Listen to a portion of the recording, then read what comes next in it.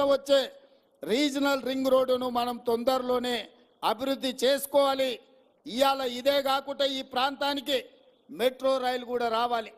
అందుకే నూతనంగా మెట్రో రైలు ప్రతిపాదనలు ఉప్పల్ నుంచి ఎల్బీ నగర్ నుంచి హయత్ నగర్ వరకు ఇవాళ మెట్రో రైలు వేయడానికి మన ప్రభుత్వం నిర్ణయం తీసుకున్న తొందరలోనే మన హయత్ నగర్కు మెట్రో రాబోతున్నది. ఎల్బీ నగర్ నుంచి ఓవైసీ హాస్పిటల్ నుంచి చాంద్రాయణగుట్ట నుంచి P3 రోడ్, అక్కడి నుంచి అంతర్జాతీయ ఎయిర్పోర్ట్ వరకు ఇవాళ మనం మెట్రోని ఏర్పాటు చేసుకోబోతున్నాం. రేపు ఎవరైనా హయత్ నగర్లో మెట్రో ఎక్కిండ్రంటే అంతర్జాతీయ ఎయిర్పోర్ట్ వరకు అంతరాయం లేకుండా ఎల్బీ నగర్ నుంచి ఓవైసీ హాస్పిటల్, అక్కడి నుంచి చాంద్రాయణగుట్ట, అక్కడి నుంచి ఎయిర్పోర్ట్కి పోయేటట్టు ఇవాళ మనం మెట్రో రైలు వేసుకుంటున్నాం. దీనికి సంబంధించి అన్ని ప్రణాళికలు సిద్ధమైనవి. 6 నెలలు మన ప్రభుత్వం వచ్చి అవి పూర్తి చేసుకుంటే 3 నెలలు పార్లమెంట్ ఎన్నికల కోడులోనే మన కాలం గడిచిపోయింది. నిన్న మొన్ననే ఎన్నికలు ముగిసినాయి. ఇప్పుడే పరిపాలన మీద దృష్టి పెట్టినాం. ప్రణాళికబద్ధంగా అభివృద్ధి చేసుకోవాలి.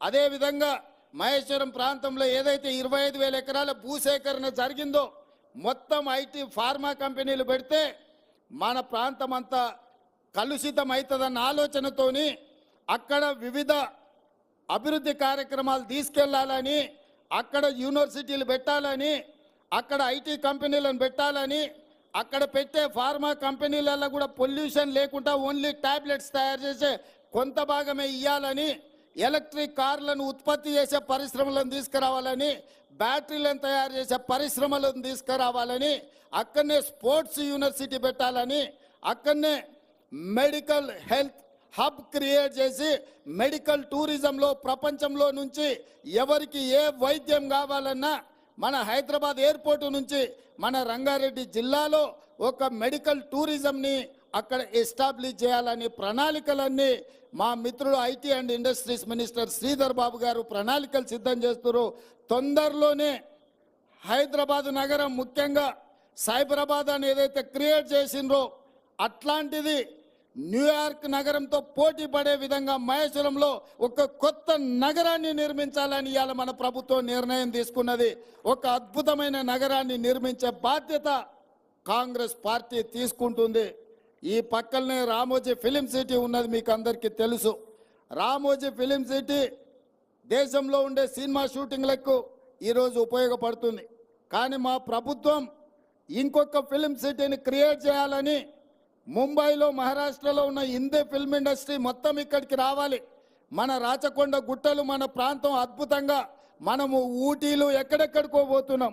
ఒక్కసారి మునుగోడు వెనుక ప్రాంతము, ఇబ్రాహీంపట్నం ముందు ప్రాంతం, రామోజీ ఫిలిం సిటీ పక్కల నుంచి ఆ తండాలకు నేను ఎన్నికల ప్రచారంలో పోతే అద్భుతంగా మనకు ఊటీ కంటే అద్భుతంగా మన ప్రాంతం కనిపించింది.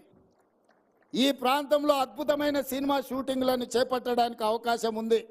రాచకొండ ప్రాంతాన్ని ఒక అద్భుతమైన ఫిల్మ్ ఇండస్ట్రీకి అవసరమైన అభివృద్ధి కార్యక్రమాలు చేపట్టాలి అని ఇవాళ మన ప్రభుత్వం ఆలోచన చేస్తున్నది. ఇవన్నీ ఎందుకు మిత్రులకు వివరిస్తున్నా అంటే రాబోయే రోజుల్లో రంగారెడ్డి జిల్లాకు మహర్దశ పట్టబోతుంది. ప్రపంచానికి ఒక పర్యాటక క్షేత్రంగా మన రంగారెడ్డి జిల్లా మారబోతుంది. మన పిల్లలకు ఉద్యోగ ఉపాధి అవకాశాలు కల్పించే బాధ్యత మన ప్రభుత్వం తీసుకుంటుంది. ఇవాళ ఈయన ఏమీ చేస్తలేదు అన్నట్టుగా మాట్లాడుతున్నారు. నేను తెచ్చుకుందాం, 10 ఏళ్ళు కష్టపడి కాపాడుకుందాం, మన ప్రాంతాన్ని అభివృద్ధి చేసుకుందాం.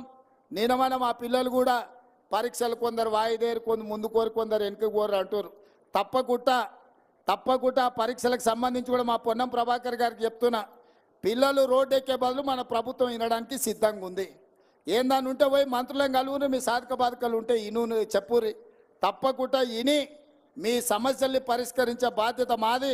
ఆడ